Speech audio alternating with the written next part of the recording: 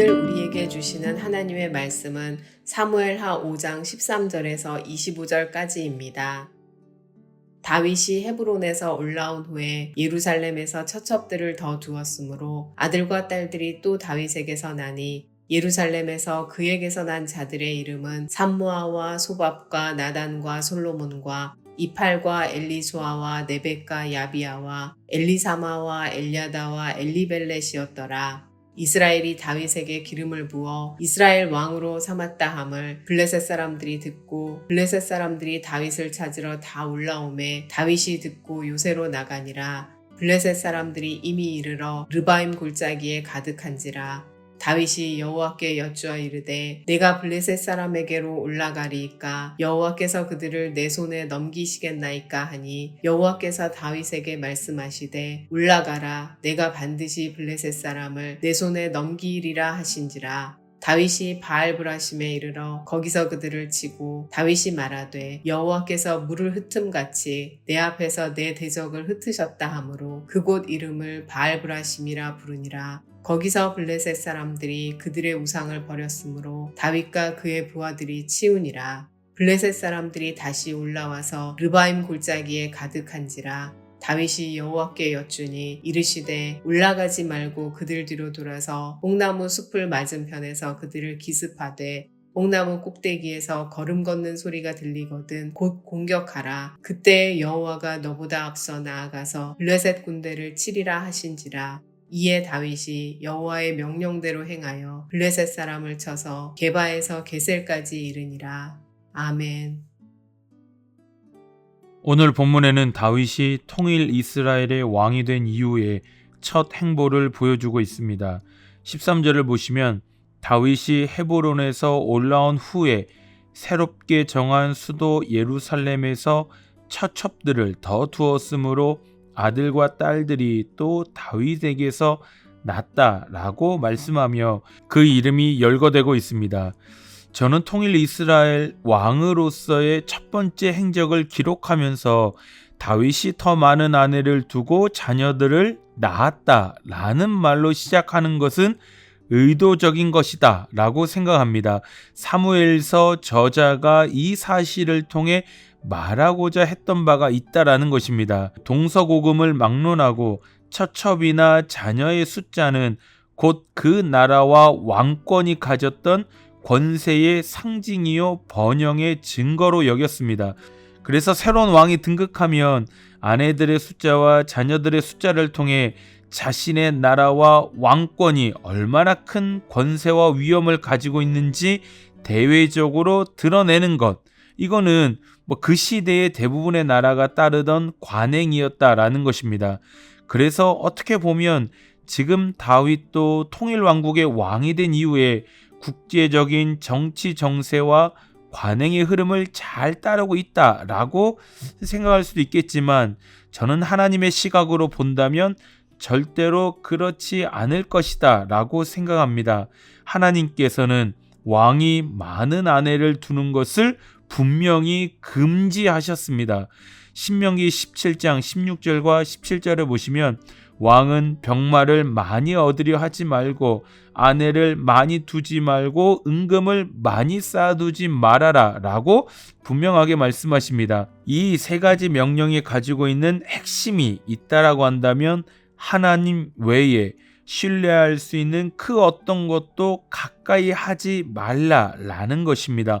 왕이 되었으니 나라를 부강하게 만들고 안전하게 지키기 위해서 다른 나라들이 하는 것처럼 병마를 많이 얻고 아내를 많이 두고 은금을 쌓아두지 말라라는 것이지요.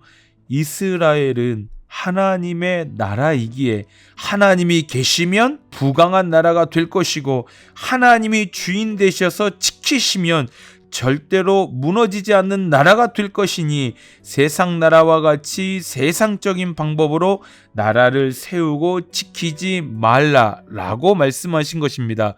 통일왕국의 왕이 된 다윗은 지금 이 사실을 잊고 있는 것입니다. 저는 오늘 본문을 묵상하면서 깨닫게 되어진 것이 역사적으로 가장 위대한 믿음의 왕으로 평가받는 다윗이라 할지라도 그 역시 참으로 연약한 존재였구나라는 것이었습니다. 다윗도 그 시대의 풍조와 관습과 가치관에 영향을 받을 수밖에 없는 그런 사람이었다라는 것이죠. 이것은 우리도 마찬가지겠죠. 우리가 하나님의 거룩한 백성이지만 우리는 어디서 살아갈까요? 세상 가운데 살아갑니다. 그래서 세상의 가치관과 관습과 풍조에 영향을 받을 수밖에 없는 존재다라는 것입니다. 그래서 에베소서 6장 18절은 우리에게 말씀하십니다. 항상 깨어 있으라 라고 말입니다.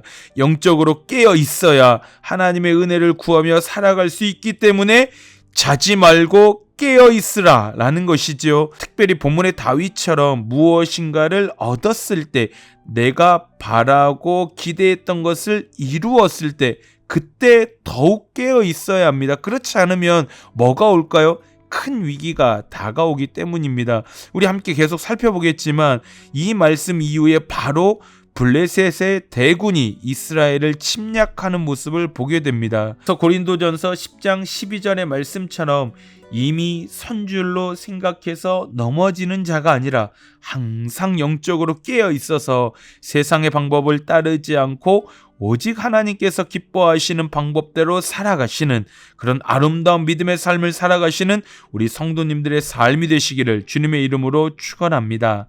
우리 이어지는 본문의 말씀을 보시면 앞에서 잠시 언급했듯이 이스라엘이 다윗을 중심으로 힘이 강성해지는 것을 보고 블레셋이 대군을 이끌고 와서 르바임 골짜기에 진을 친 것을 볼 수가 있습니다.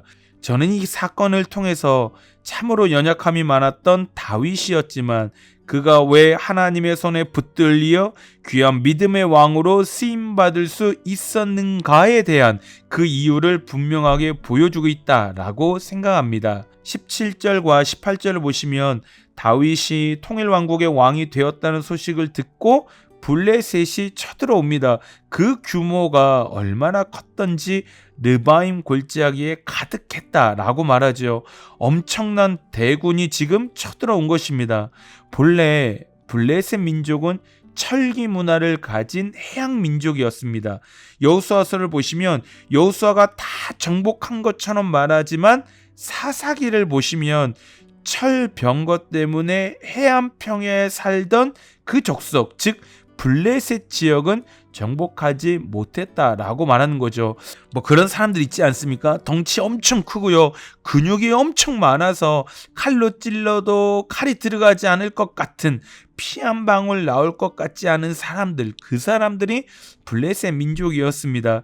철기 문화를 기반으로 거친 바다를 주름 잡았던 강력한 해양 민족, 그것이 바로 블레셋이었다라는 것입니다. 그러니 다윗이 얼마나 당황스럽고 이 상황이 두려웠겠습니까? 그러니 지금은 통일왕국의 왕으로서 경험하는 첫 번째 위기였던 것입니다.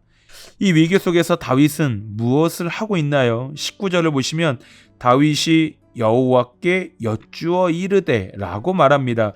자신이 왕이었지만 하나님께 여쭈어본 겁니다. 물어본 것이지요. 다윗은 전쟁터에서 잔뼈가 굵은 탁월한 장군이었지만 자신의 지혜와 능력을 의지하기보다는 하나님의 뜻을 묻고 있는 것입니다. 이러한 모습은 23절에서도 다시 반복됩니다. 첫 번째 전쟁에서 패배하고 돌아간 블레셋 군대를 다시 모아서 쳐들어옵니다. 그때도 다윗은 여호와께 물어본 겁니다. 첫 번째 승리했기 때문에 승리에 도취되어서 물어보지 않고 자기 생각대로 전쟁을 할 수 있었던 상황이었지만 이때에도 다시 블레셋 군대가 쳐들어왔을 때에도 다윗은 여전히 하나님께 여쭈어 보더라라는 것입니다.